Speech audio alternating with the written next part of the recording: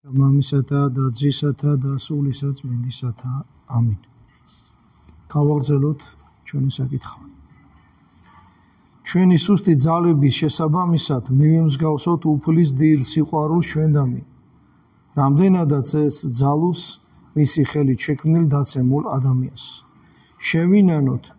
შევინანოთ არა მარტო სიტყვით, არა მარტო ხანმოკლე უმნიშვნელო ცრემლით, არა მარტო გარეგნული მონაწილეობით საეკლესიო ღვთისმსახურებაში და საეკლესიო წესების შესრულებით, რასაც ფარისევლები სჯერდებოდნენ, არამედ ცრემსა და გარეგნულ ღვთისმოსაობასთან ერთად ხოთ ნაყოფი ღირსი სინანულისა. ცოდვილი ცხოვრება დაუტევოთ და სახარების ცნებებს მივდიოთ. აქაც გავჩერდებით. ნახეთ რა არის ნამდვილი სინანული. განა ის რომ თქვი ახსარებაში ცოტა ხანი იტირე, ცოტა ხანი გახსოვდა, ეკლესიის წესების შეასრულე, ღვთისმსახურებაში მონაწილეობა მოიღე. არა, ეს არის ხანგრძლივი პროცესი. მთელი ცხოვრება ადამიანს ეს უნდა კონდეს და ყველაზე მთავარი ნახეთ რა არის. ცოდვილი ცხოვრება უნდა დაუტევოთ და დავიწყოთ სახარების ცნებების მიხედვით ცხოვრება. ამას თუ კაცი აკეთებს, აქვს სწორი სინანული. თუ არა და სინანული არ არის სწორი. რისთვის მოვწყდებით სახნო ისრაელისანო, ბრძანებს ეზეკია წინასწარმეტყველი. რისთვის მოვწყდებით მარადიული სიკვდილით ქრისტიანებო, თქვენი ცოდვების გამო, რისთვის ავსებთ ჯოჯოხეთის ჯურღმულს, თითქოს ქრისტეს ეკლესიაში არც კი არსებობდეს ყოვლის შემძლე სინანული. ეს უსასრულო კეთილი ნიჭი მიეცა სახსა ისრაელისასა ქრისტიანებს და ნებისმიერ დროს, ნებისმიერი ცოდვის მიუხედავად ერთნაირი ძალით მოქმედებს. განწმენს ყველა ცოდვას, აცხოვნებს ყველას, ვინც ღმერთს შეურდა, თუნდაც ეს მისი სიცოცხლის უკანასკნელ წუთებში მოხდეს. როგორი მნიშვნელოვანი სიტყვებია. რისთვის ვავსებთ ქრისტიანები ჯოჯოხეთს? რატო? იმიტომ რომ ახსარებას არ ვამბობთ. ნახეთ როგორ საოცარ სიტყვებს ამბობს. არ იცითო რომ არსებობს ეკლესიაში ყოვლის შემძლე სინანულიო? ნახეთ სინანულს რას უწოდებს? ყოვლის შემძლეს. იმიტომ რომ ერთნაირად კურნავს ყველას, დიდი ცოდვის ჩამდეს და პატარას. თუნდაც სიცოცხლის ბოლო წუთს კაცმა, ბოლო წამს შეინანოს, იმასაც შეუნდობს. ამიტომ სინანული სულთან უნდა გვახდეს. რაისათვის მოსწდებით სახნო ისრაელისანო, ქრისტიანები იმიტომ კვდებიან მარადიული სიკვდილით, რომ მთელი ამ ქვეყნიური ცხოვრების მანძილზე ერთადერთი რამით არიან გართული. ნათლისღებისას დადებულ აღთქმებს არ ღვევენ, ცოდვებს ემონებიან, არა დაგდებენ უფლის სიტყვებს, რომელიც მათ სინანულისაკენ მოუწოდებს. თვით სიკვდილის წინაც კი უკანასკნელ წუთებში ვერ ახერხებენ სინანულის ყოვლის შემძლე ძალის გამოყენებას. ვერ ახერხებენ, რამე თუ არავითარი წარმოდგენა არ აქვთ ქრისტიანობაზე. ანუ თუ აქვთ ერთობ ნაკლული და უთავბოლო, რომელსაც სრული უმეცრების სახელი უფრო შეფერის, ვიდრე რაიმე ცოდნისა. ისევ გავჩერდები. ერთადერთი რამით იღუპება ყველა. დაივიწყა ნათლისღების დროს დადებული აღთქმა, დაიწყო ცოდვების ჩადენა და არ ნანობს. სიკვდილის წინაც კი არ ნანობს ადამიანი, იმიტომ რომ სწორი წარმოდგენა არ აქვს ქრისტიანობაზე. და არ იცის რა უნდა ქნას. ამიტომ გეუნებით ხოლმე ხშირად. იკითხეთ წმინდა წერილი. იკითხეთ მამების ნაშრომები. ნუ ხარ დაკავებული ამაოებით. წუთისოფელი ადამიანს ღმერთს ავიწყებს და თქვენ უნდა შეძლოთ რომ არ დაივიწყოთ ღმერთი. თავარი გახსოვდეთ რომ უნდა გქონდეთ სინანული, უნდა სათნო ეყოთ ღმერთს. ცხოველვარ მე, ამბობს უფალი. თითქოს იძულებულია ამი დაარწმუნოს ურწმუნონი და გულისხმა შთაბეროს უგულისხმოებს. არ ამნებავს მე სიკვდილი უთნოისა. ვით არ მოგცევა იმისი, გზისაგან მისისა და ცხოვრება იმისი, რაისათვის მოსწლებით სახრო ისრაელისანო. იცოდა ღმერთმა კაცთა უძლურება, იცოდა რომ ნათლისღების შემდეგ განაგრძობდნენ ცოდვილ ცხოვრებას, ამიტომაც დააწესა თავის ეკლესიაში სინანული საიდუმლო, რომელიც ახოც ნათლისღების შემდეგ ჩადენილ ცოდვებს. სინანული უნდა ახლდეს თან ქრისტეს რწმენას, წინ უნდა უძღობდეს ნათლისღებას, ხოლო მის შემდეგ უნდა განაქაროს ქრისტეს რწმენას შედგომილი და მონათელღებული კაცის ცოდვები. ღმერთმა იცოდა, რომ ჩვენ ნათლისღების მერე მაინც შევცოდავდით, თორე სუსტები ვართ. ამიტომ დააწესა სინანული, რომელსაც შეუძლია ნათლისღების შემდეგ ჩადენილი ცოდვები ადამიანს მეუტევოს. როდესაც ადამიანები იერუსალიმიდან და მთელი იუდეიდან მიდიოდნენ იოანე ნათლისმცემელთან, რათა იორდანეში ნათელეღოთ, ისინი თავიანთ ცოდვებს აღიარებდნენ მის წინაშე. წმინდა იოანე კიბისახწერელი ამბობს, ეს იმიტომ კი არ ხდებოდა, რომ იოანე ნათლისმცემელს მათი ცოდვები ცოდნა რამეში შირდებოდა, არამედ იმიტომ, რომ სინანულის სიმტკიცისათვის ცოდვების მონანიებასთან ერთად მათი აღსარებაც და აღიარებაც საჭირო იყო. იმავე წმინდა მამის თქმით, სულს, რომელმაც იცის, რომ მოვალია აღიაროს თავისი ცოდვები, ეს ცოდნა აღვირს ასხამს, ეხმარება რომ აღარ გაიმეოროს ისინი და პირიქით, აუღიარებელი ცოდვები სიბნელეში ჩადენილ ბნელ საქმეებს გავნან, მათ გამეორებას არაფერი უდგას წინ. აი რისთვის არის საჭირო, რომ ღმერთს ჩააბარო აღსარება. შენი ცოდვები მოუყვე, ჩვენ კი არ გვჭირდება იქ. არც ნათლისმცემელს სჭირდებოდა. შენთვის არის კარგი, რომ იცი, რომ ცოდვა უნდა აღიარო და შეინანო მოძღვრის წინაშე. ცოდვას აღარ ჩადიხარ. ცოდვას ერიდები და თუ არ აღიარებ ცოდვას, როგორც სიბნელეში დარჩენილი ბნელი საქმეები, ესე არის ცოდვებიც და ნახეთ, არაფერი აღარ უშლის მათ გამეორებას ხელს. ცოდვის აღიარება ხელს უშლის ცოდვის თავიდან ჩადენას. ცოდვების აღიარებით ირღვევა მათთან კავშირი. ცოდვების მოძულება ჭეშმარიტი სინანულის ნიშანია. ღმერთის სათნო ცხოვრების წესის არჩევის ნიშანი. ნახეთ, ცოდვას რომ მოიძულებ, გახედვა რო აღარ გინდა იქითკენ. სიკვდილი რო გირჩევნია, რომ ვიდრე შეცოდო, ეს ნიშნავს, რომ ნამდვილი სინანული გაქვს და იწყებ ღვთის სათნო ცხოვრებას. თუ ცოდვების ჩადენას მიეჩვიე, მათ აღსარებასაც მოუხშირე და მალე განთავისუფლდით ცოდვათა ტყვეობისაგან. მაშინ კი მსუბუქა და სიხარულით შეუდგები უფალ იესო ქრისტეს. ვინც ხშირად ცოდავს, იმან აღსარებაც ხშირად უნდა თქვას. აი ეს ამთავარი. ადამიანმა თქვა აღსარება, წავიდა შეცოდა. კი უნდა დაიკარგოს, ისევ აღსარება უნდა თქვას. იმ დღეს რო შეცოდა, მეორე დღეს ისევ აღსარება უნდა თქვას. სანამ ცოდვას თავს არ დაანებებს, მანამდე უნდა თქვას. ზოგიერთი ასე ამბობს, აი მამაო მცხენიო, სვერ და იგივეს გეუბნებიო. თუ შეცოდე უნდა თქვა, რა გიცხვენია. ცოდვის ჩადენა უნდა გცხვენოდეს, განაღიარება. ნახეთ ახლა როგორ საოცარ რამე სიტყვის. ვინც ნიადაგ ღალატობს თავის მეგობრებს.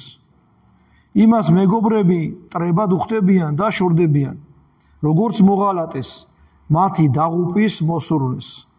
ასევე ვინც აღიარებს თავის ცოდვებს, იმას ტოვებენ ეშმაკები.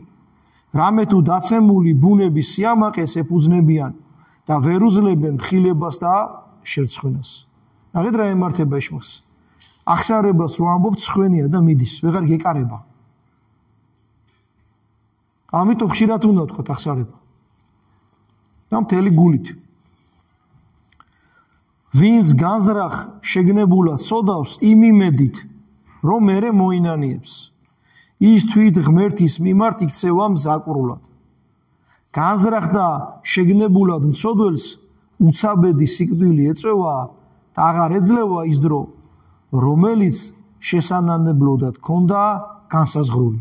აი ესო დავიმახსოვროთ კიდე ყველა ჩვენგანმა, როცა ცოდვის ჩადენას ფიქრობს კაცი, ეშმაკი ეუნება, ეხლა შეცოდე და მერე შეინანე. რამდენ ადამიანს შეუცოდავს ეს? იმ იმედით, რომ მერე გამოსურდება.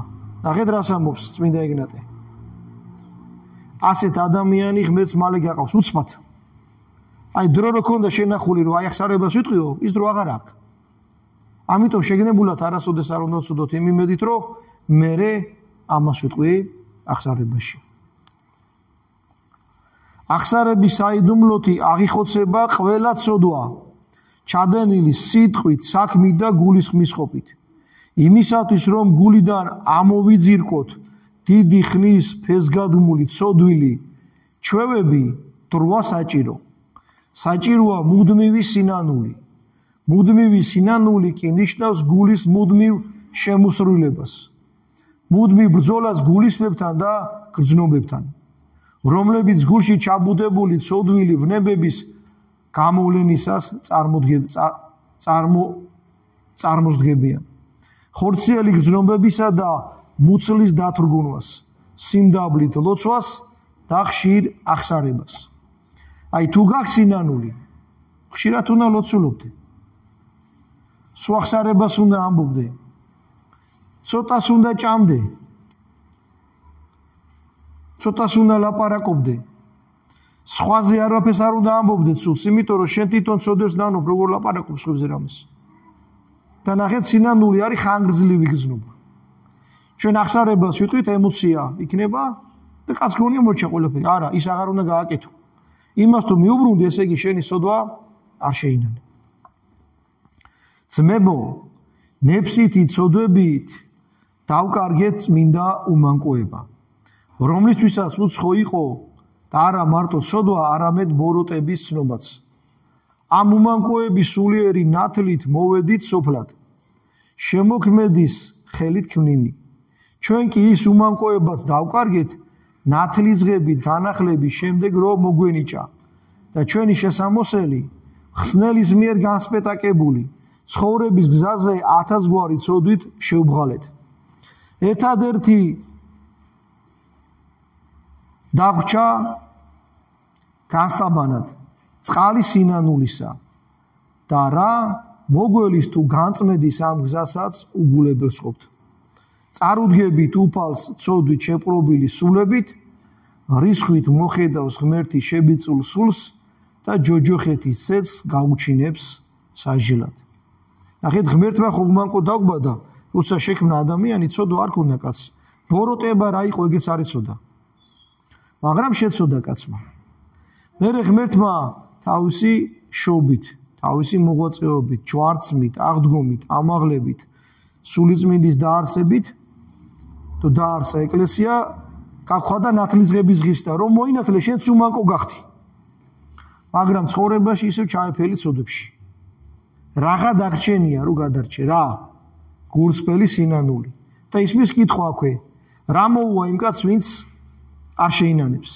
წარსდგება ღმერთის წინაშე წაბლიწული სულით და ღმერთი მას მიხედავს რისხვით და მიუჩენს საშინელ ტანჯვას ჯოჯოხეთში. ღმერთმა ამისგან დაგვიფაროს ყველანი. განიმბანენით ეუბნება ღმერთი ცოდვილებს. წმინდა იქმენით მოისპერით უკეთურებანი სულთაგან თქვენთა წინაშე თვალთა ჩემთა, დასხერით ბოროტაგან თქვენთა და მოვედით და შევიტყვრეთ. რით მთავრდება ღმერთის ეს სამჟავრო, სინანული სამჟავრო, რომლისენაც ღმერთი ნიადაგ მოუწოდებს ცოდვილს მისი ამქვეყნიური ცხოვრების მანძილზე. თუ კაცი აღიარებს ცოდვას, თავს იდებს გულწრფელ სინანულს და ცოდვილ ცხოვრებას დაუტევებს, მაშინ ღმერთი თავის სამჟავროზე ასად განაჩენს ეტყვის. უკეთ უიყვენით ცოდვანი თქვენი, ვით არცა ღებინი, ვით არცა თოვლი განვასპეტაკო. ხოლო უკეთ ვიყვნენით ვით არცა ძოწეული მეწამული, ვით არცა მატყლი განვასპეტაკო. თუ ქრისტიანი შეურაცხყოფს ღმერთის ამ უკანასკნელ მრავალმოწყალე გაფრთხილებას, მაშინ ეუწყოს მისგან საბოლოო წარწმენდა. ხოლო უკეთ უარა გინდეთ არცა ისმინო ჩემი, მახვილმა შეგშამეს თქვენ, რამე თუ პირი უფლისა იტყოდა ამას. ამინ. აი ეს ბოლო სიტყვები არის ძალიან კაცრი და სულ უნდა გქონდეს გონებაში. ნახეთ, რითი მთავრდება სამჟავრო. თუ კაცმა თქვა ახსარება, თუ ადამიანმა დააგდო ცოდვილი ცხოვრება, ღმერთი მას შეიწყალებს. და ეთქვის, როგორი ცოდვილიც არ უნდა იყო, რაც გინდა გაიკეთებინოს, ყველაფერს გაპატიება. მაგრამ კაცი თუ აი უკანასკნელ გაფრთხილებას, უკანასკნელ გულმოწყალებას ღმერთისას არ მიიღებს, არ ითქვის ახსარებას, ღმერთი მას დაჟის. ნახეთ? რადგან ჩემი სიტყვები არ მოისმენე, ამიტომ უნდა ღმერთის מחვილმამ გაგმირო შენო. ეს ძალიან მკაცრი სიტყვებია. დავიმახსოვროთ ეს სიტყვები.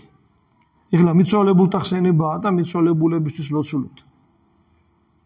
მერთმა არინებოსო ჩვენ შეუნანებლები წავიდით. ნახეთ, სოქს გონია რომ უცათო გარდაიცვლება კაცი კაია. ეს კარგი არ არის.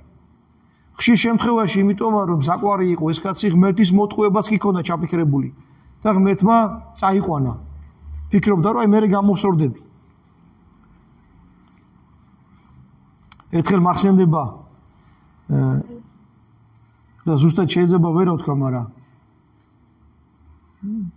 ჩემი მოძღვარი გადაგებდა ერთხელ და ესეთ რამეს ამბობდა, ოქროპირის სიტყვას კითხულობდა თუ არ ვცდები. სიბერეში რო გინდა რომ გამოსორდე. ღმერთს ატყუებ. სიბერეში აღარ შეგიძლია რომ იმრუშო. და იმიტომ ამბობ რომ აღარ მინდა მრუშობა. აღარ შეგიძლია რომ იპარო, აღარ შეგიძლია სხვა რამეები აკეთო და ვის რახი სჭირდები. აი მას რო ფიქრობს კაცი, ეს არის საშინელება. ღმერთი კი მიიღებს იმ კაცს, ვინც გულწრფელად სიბერეში, ვინც გულწრფელად მიხვდება რომ უნდა შეინანოს, მაგრამ ვისაც ევს აყრულად აქვს მოფიქრებული, ასეთი ადამიანები ვერ ახერხებენ სინამდვილეს. ამიტომ ყურადღებით ვიყოთ. ამები ამბობენ, როგორც ჭრილი დაყვებო, ესე უნდა დაყვებოდეს სინანულიო. სადა გვაქვს ჩვენ სინანული? ახსარება სიტყვი კაცის შვებას იძლნობ და გავიწყდება რა გააკეთე და გასული არ ხარ იგივე სიმეორებ. ესე იგი არ ნანობ. ხშირად ვეუბნებით ხოლმე ჩვენ ბავშვებს ახსარება თქვი შვილო. ახსარება თქვი შვილო.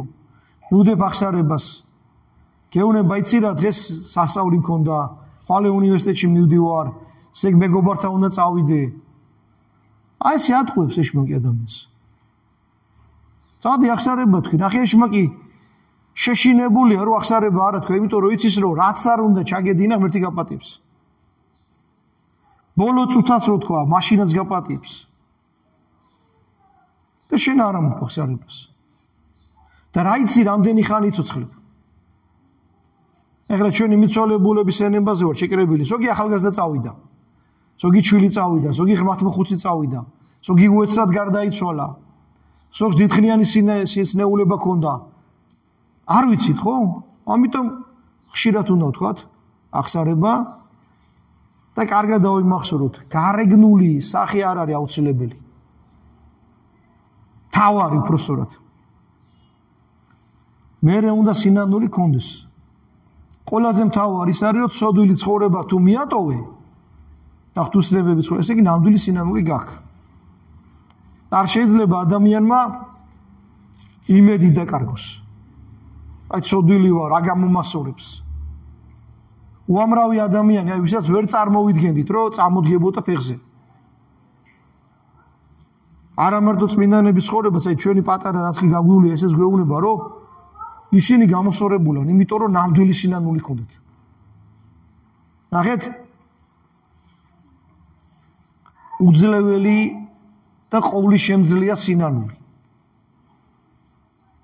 გამოვიყენოთ ეს საშუალება. კურნალი არის ყოვლისშემძლე, კურნებაც არის ყოვლისშემძლე და გამოიყენეთ. მერთმა მოგცეს გულწრფელი სინანული, ყველანი გვაცხოვნოს, გვაპატიოს ჩვენი ცოდვები, არ გადავდოთ ახსარება, არ გადავდოთ გამოსწორება, წინასწარ ცოდვები არ ჩავიდინოთ, რომ მერე უნდა შევინანო,